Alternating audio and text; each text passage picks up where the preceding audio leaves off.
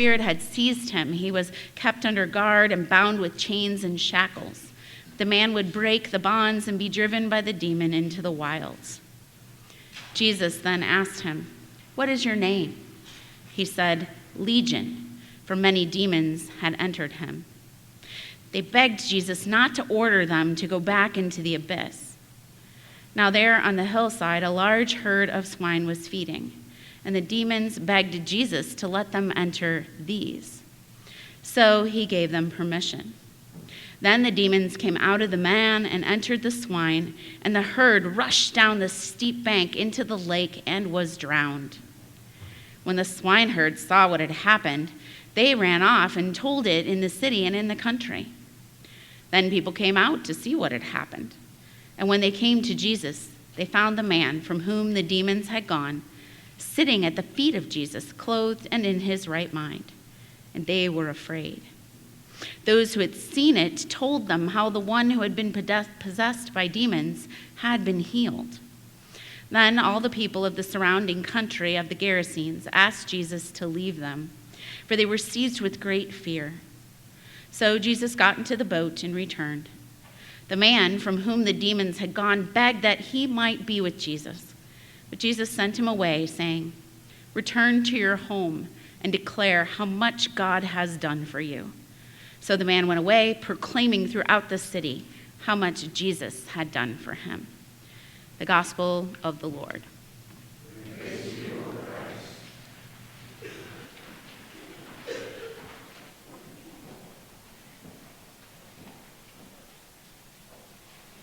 When I met my husband, he had already begun to take a few steps towards renovating his kitchen. Now, the first time I saw the kitchen, the fridge and the microwave were in the dining room, where they could still be used, but were out of the way of all the work. The old linoleum flooring was in the process of being pulled up, and he had taken the doors off all the cabinets. But work had sort of come to a standstill because while his new girlfriend, or soon-to-be fiancée, had begun to take up a lot more of his free time.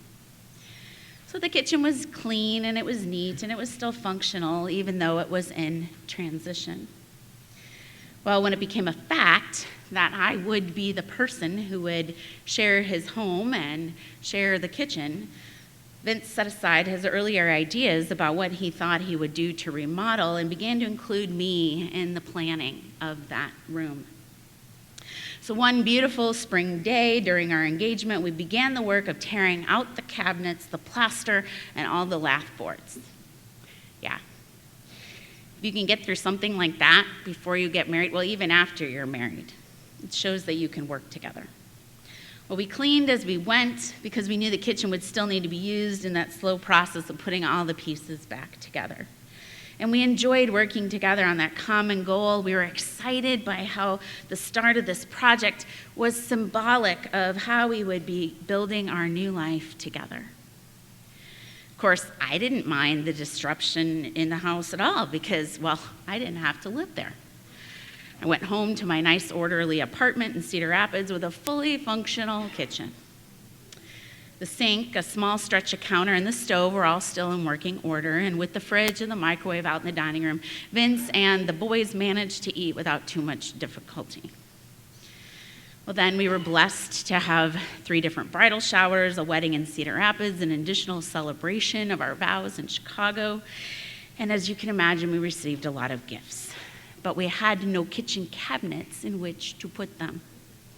Actually, we had no real kitchen in which to use our new dishes or a coffee pot or KitchenAid mixer. And so the room of our house that was intended to be a playroom for the boys, an office space, suddenly became a warehouse for the contents of our future kitchen. This September, we will celebrate our 11th anniversary. We still have a partially unfinished kitchen. There's still no office. There are 2 young men who have long outgrown playing with race car tracks and shooting Nerf guns. In our defense, in the beginning of our marriage, when I was finishing seminary and then served as a part-time interim out in Tama, we didn't really have the money to keep going, especially when redoing the roof suddenly took priority over the kitchen, and then a few wiring updates turned into rewiring the whole ancient farmhouse. And then, about a few years after, it became less about the money, a lot more about our time. There just didn't seem to be enough time to manage our remodel, even if we were paying someone else to do the work. But what it honestly comes down to is that we adapted to the kitchen's disruption in our home. We didn't even discuss it. It just was.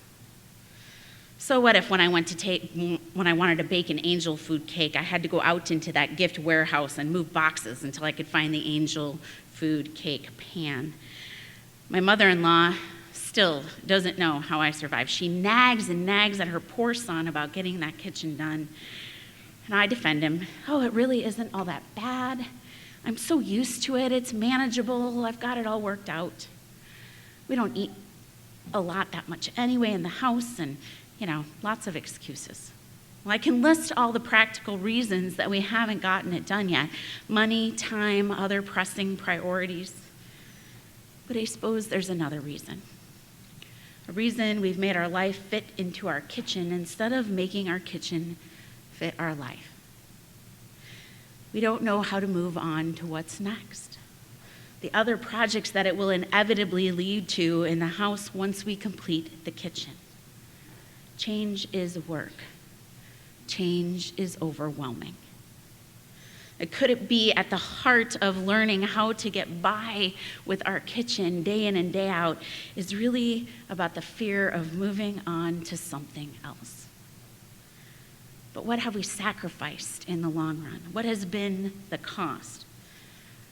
We've lost better use of our home space, a more peaceful living environment, being able to host friends and family. Well, the Gerasene community that lives across the lake from Galilee, they have a system worked out. This community has found a way to live with one of their own who is possessed by many demons. And they've learned how to cope with their problem. The disruptive situation is being managed. They get by just fine, thank you very much. But really, the disruptive situation is managing them. The naked wild man is not the only one whose life is possessed by demons. He's not the only one bound by chains and living in the tombs as though he were already dead. The community has accepted responsibility for this man who is one of their own. They see it as their duty to keep him safe from the behaviors brought on by his possession. As undesirable as his imprisonment may be, it's done out of, their need to cope, to maintain the safety for him and for the community. The community is limping along. It has all its parts. The man has a home, even if it is a tomb, he's essentially safe. And when his bonds are broken and he runs off, he's returned and he's contained and maintained once again. He's the man possessed by demons, and they are the community that lives with the man possessed by demons. But then Jesus arrives on the scene. And Jesus doesn't simply manage or cope or limp along. Jesus sees to the heart of the situation. He diagnoses the bondage of the man and of the people. Jesus brings about healing and change.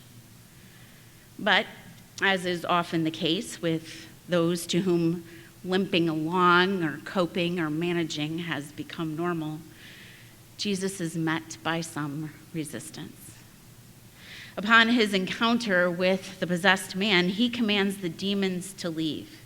They may not stay any longer, not in this man, not among these people. Well, this group of demons, made up of so many that they name themselves Legion, recognizes Jesus' power over them, but they try to resist him anyway. The evil that has tormented this man and this community is now begging not to be tormented by the Son of the Most High God. The demons desperately try negotiating a way to stay away, to be managed. And although it seems like Jesus gives in to the demons' plea, Jesus grants them permission to do what he was commanding them to do all along, to leave the man and the community. Problem solved, let the rejoicing begin. But no. See, the swineherds run to tell everyone in the city and the country what took place. The demons are gone, so is our herd of pigs. The pigs were no doubt a big part of the economy, the livelihood of that non-Jewish community across the Sea of Galilee. The end of the pigs means starting over, a whole new way of life. And in the moment that they heard the news, in the moment that they gathered to see the man no longer possessed by demons, they are a new community. They're no longer possessed by those demons either. But now, what does it mean for them that there's a power greater than those demons? What will it be like for them to live not just as if their community is whole, but as a whole community, reunited with their friend, their son, their brother, and a life beyond the bondage of the chains and the confinement of the tomb? They're full of fear, and so they ask the one who caused this change, Jesus, the Son of the Most High God, to leave town. Jesus agrees to go. He's served God. He's served God's kingdom. The demons are gone. The man and the community have received a new life. And Jesus agreeing to leave will not undo what has been accomplished. So the man and the community he lives in will have to face each other. They'll have to learn to live together without the demons in a new and a changed way. Before he goes, Jesus is met with one more line of resistance. Surprisingly, it's from the man he has healed and set free. The man who is now dressed, calm, sitting at Jesus' feet, has the opposite reaction of his community. As Jesus goes, the man begs to follow him, to be with him. Now that he's looking like the very picture of a disciple, he wants to be one.